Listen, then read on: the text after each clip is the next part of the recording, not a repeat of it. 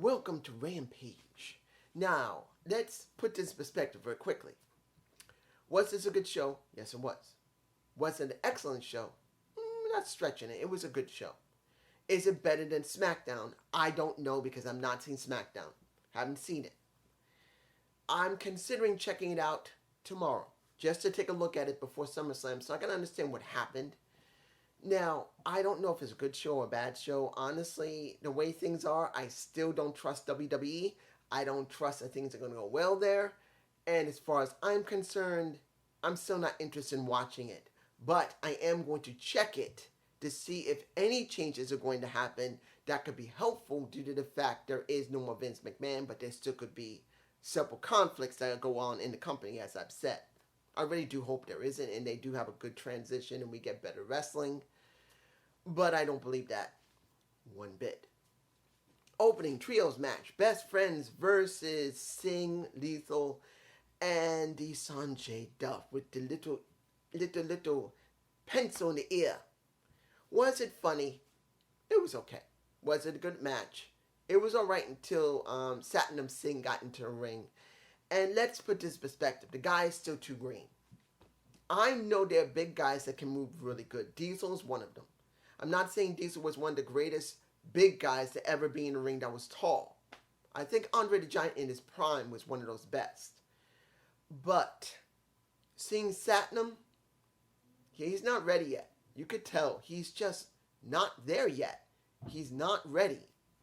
And even though they're sponsoring him as ready, he reminds me basically of Omos, who looks great and menacing, but he's not even close. They pulled him up way too early. And his ring work and ring set has not changed since he got pulled up to the main roster. He was not ready. He wasn't. And he needed more refinement. The guy has not changed one bit. I've seen him a couple of times in the last couple of months, and he hasn't changed once. As far as he's concerned, he doesn't need to change because he's perfect. He needs to change. I look at Satnam. He looks the same. But he's been in the business even less. So there is chance for him to there may be improvement, but I just don't know when will that happen while he's in a very high-profile position with Jay Lethal and Sanjay Duff. I just don't see it while he's in that type of position. Of course, best friends win, which doesn't really mean much, but I'm just giving it to you like that. Warlow does come out, and he does stare down the big guy, but that doesn't mean that's going to be really good because we are talking about Satnam Singh. I just don't know if he can put off a very good program with a Warlow. I know Sanjay Duff could. I know Jay Lethal could. But a Satnam, I just don't see it. I'm moving on. Now, Ethan Page versus Ruffin. Now, I don't know what the story is because there was something going on in Dark or Elevation. Just that they had an issue. Now, we did see Hathaway looking at that match. Was Hathaway looking at Dustin or was he looking at Ethan Page? I don't know.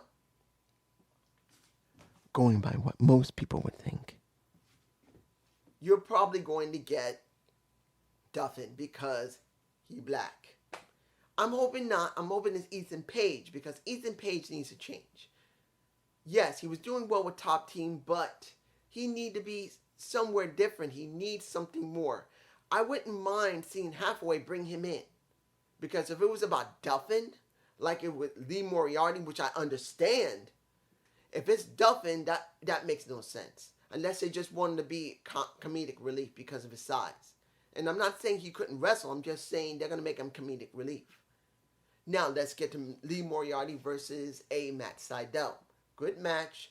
You see that Hathaway came out to help out, gets his glasses knocked off, and then you basically see that he wins. And now he takes the business card, holds it in his mouth, and he goes like this. Does that mean that's good?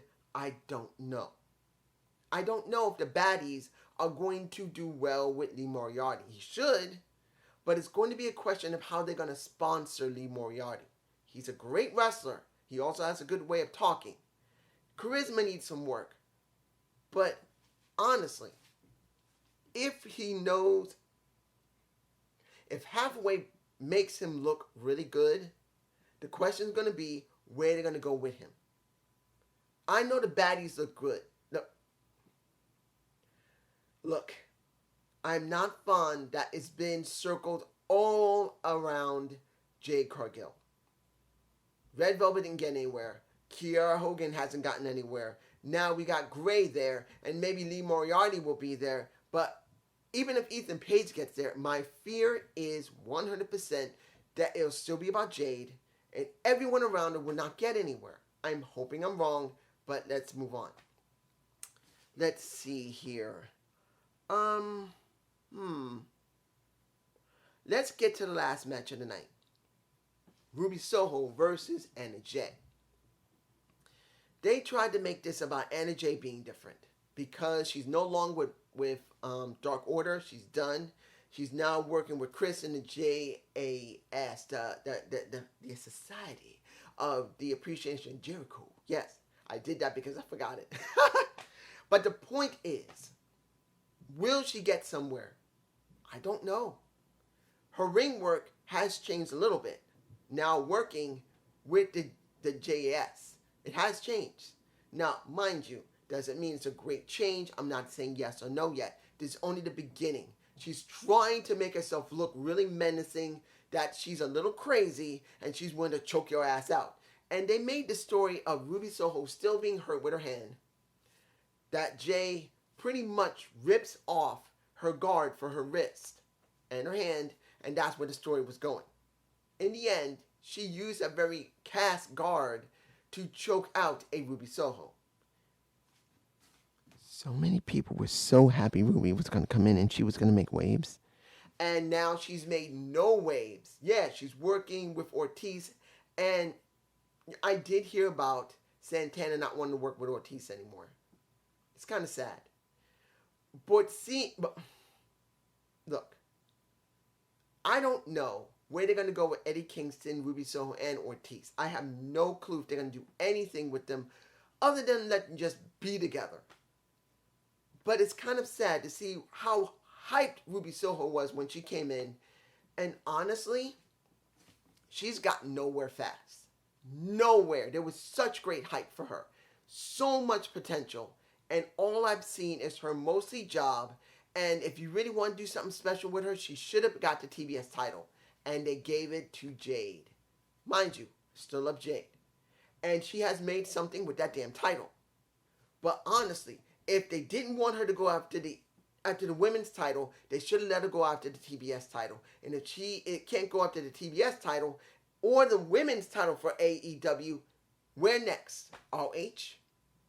You're going to go up against Mercedes Martinez now?